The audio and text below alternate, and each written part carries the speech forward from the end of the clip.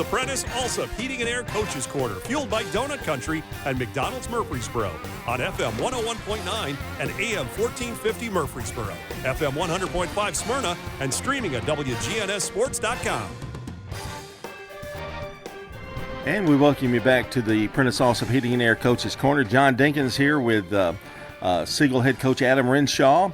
And this portion of the show is brought to you by First National Bank of Middle Tennessee. If you're looking for a hometown feel with your bank, turn to the First National Bank of Middle Tennessee, offering full-service banking and mortgage services. Adam, I think I'm getting old because I'm having trouble reading things as much better. I'm not as good as I used to be at reading. Yeah, well, if you'll notice me on the sideline now, I wear my glasses on the sideline now. I've never had to do that. And, it's humbling, isn't it? Yeah, it is. So in order to read things on the sideline, I've had to put my glasses on. But at the same time, it's wiser, and I look at it that way. We're much smarter. Gray hair, there's something to it, right? There you go. Well, you had a tough game last night.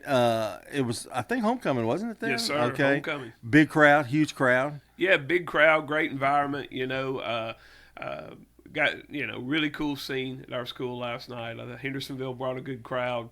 They're a great high school football program, and so it was a cool scene. Yeah, you didn't. That's not a typical homecoming opponent. I mean, they're solid. They've been solid for years and years and years. Oh yeah, well, I mean, on our schedule, we don't have any typical homecoming opponents. No, I've seen your schedule. Maybe I should schedule. Maybe I should try and find some of those, but they don't want to play us. But can you play 13 games? I don't know. Yeah, I don't know, but I feel like our kids played really hard against a good program last night.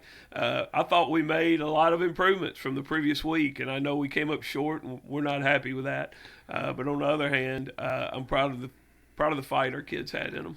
I was glad to see your offense kind of click because you've had some injuries. You had to deal with some injuries, especially offensively, and had two great performances. Albia had 20 carries for 95 yards and a TD. But and we have become, and he had 33 receiving yards. He's kind of been the go-to guy, and been there all year except for the injuries. Got him back, but Bryson Green, that's a new name for me now. 15 carries, 95 yards. Tell us a little bit about him. Oh yeah, Bryson played well over I believe it's 120 snaps last night. He's our starting middle linebacker. We knew he was a good running back. We've tried to protect him, keep him on defense, but he had to go. And last night, with albeit a little gimpy, we felt like the right thing to do was push Bryson and got us off to a tremendous start on that first drive. And then Albia kind of came on. Got lathered up, and two great performances last night. And Albia, how is he? Is he nothing to deter that? I mean, he's going to be better. Yeah, okay. Well, it's one of those things.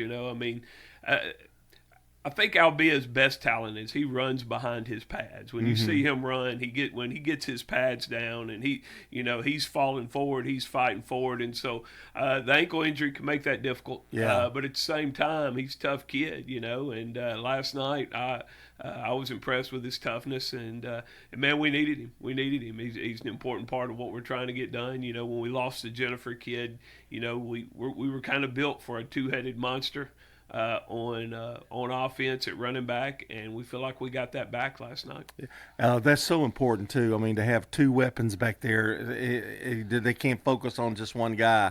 And I think Albia got hurt in the game that we did on the radio. Was it Smyrna? The Smyrna game, and he went back out there that night, and I know he was hobbled. Yeah. But he gave it 100%. You can't fault the kid on that. Yeah. Well, another part of that is we feel like our offensive line got going. We feel like we're getting better up front every week, and last night the offensive line played really well. And there's no secret to a lot of what we're doing. I mean, we have one running back there, but being able to attack any gap up front, up offensively, and having an offensive line that can handle any kind of pressure or slant or movement that the defense might give us, I mean, that's really important in what we do.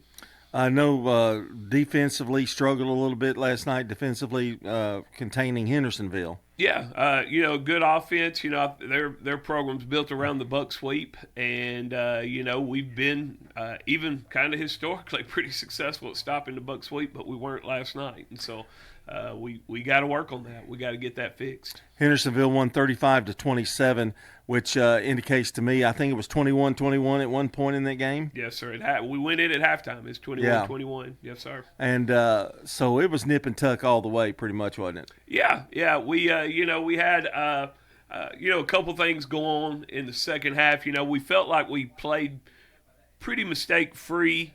As far as turnovers and just, they had a trick play on us to open up the game and score a touchdown, which, we got to be better prepared for that. But we thought in the first half we kind of stayed away from the big mistake. And, there were just a couple of mistakes in the second half that got us behind the sticks, got us behind what was going on over there.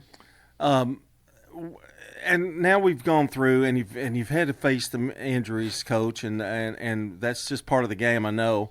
I feel like I sense you're feeling a little better about your team. In terms of the progress they've made. Yeah. Well, the thing is, we're not victims. This is football. Mm-hmm. I would say this: if we didn't have football, a bunch of teenage boys would end up in the backyard on the weekends or on Friday nights tossing the ball around, trying to beat each other up over it and get it over a goal line somewhere. So, this is just part of being a young man and part of growing up.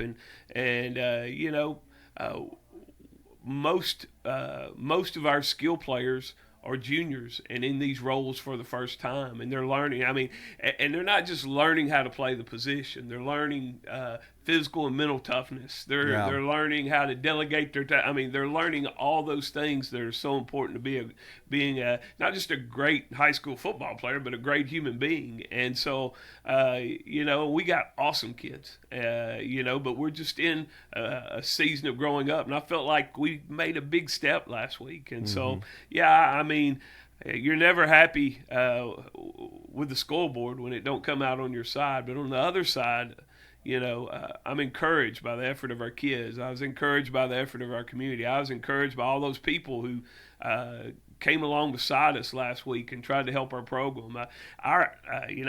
My assistant coaches did an outstanding job last week of getting our kids ready to play for this football game. And so, I'm very encouraged about our program and excited to get to practice on Monday, excited to get to the meetings tomorrow.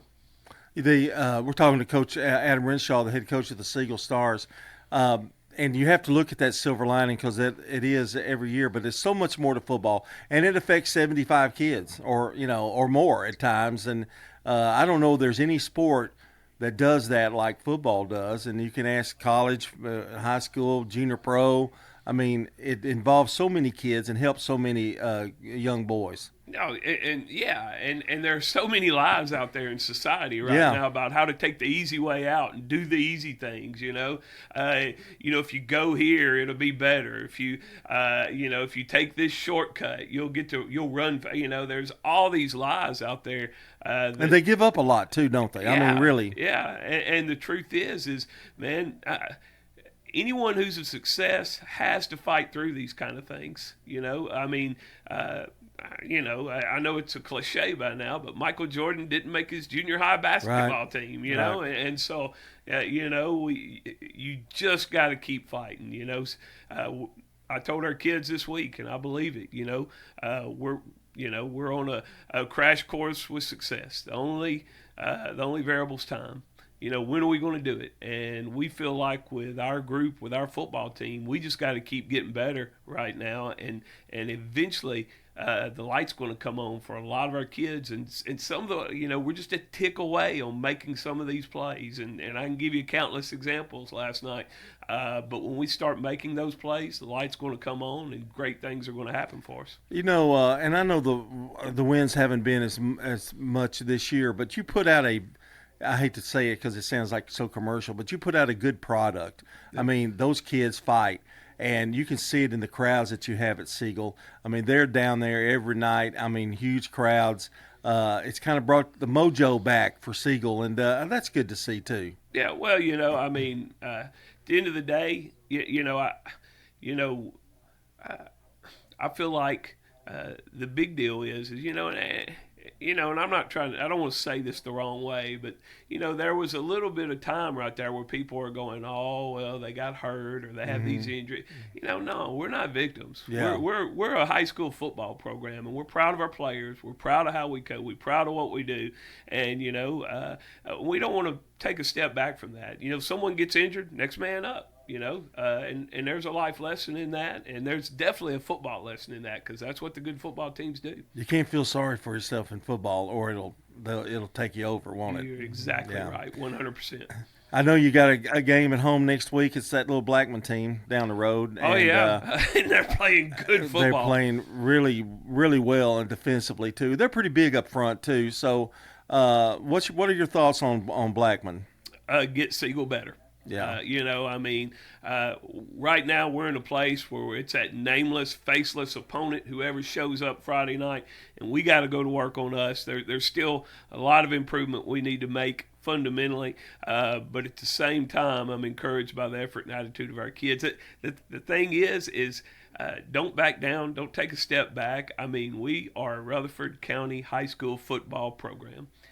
And we need to be proud of that. We need to embrace that, especially when we play the other Rutherford County high school programs. We're going to end it on that. That's well said, Coach. Well, thank you. Good luck against Blackman at home. I know there'll be a good crowd out there. That's when you get those city rivalry things, it goes. And you think about it, your rivalry with everybody. In the town is not really one special one. All right, that's Adam Renshaw, the head coach of the Siegel Stars. They battle Blackman. You can head out there to Siegel and see a good football game on Friday night. When we come back, we'll be talking to Eagleville head coach Floyd Walker as we continue with the Prentice Allsup Heating and Air Coach's Corner. This portion of the show brought to you by Tennessee Orthopedic Alliance, TOA, the largest and most comprehensive orthopedic surgery group in Middle Tennessee. Find out more at TOA.com. Rely on the experienced professionals at Prentice Allsup Heating and Air. Whether it's the blazing heat of summer or the bitter cold of winter, let the Rheem Pro professionals at Prentice Allsup Heating and Air Conditioning on West College Street keep your home or business comfortable year-round. We service all major brands and in most cases offer same-day service. Call us today at 615-890-1311.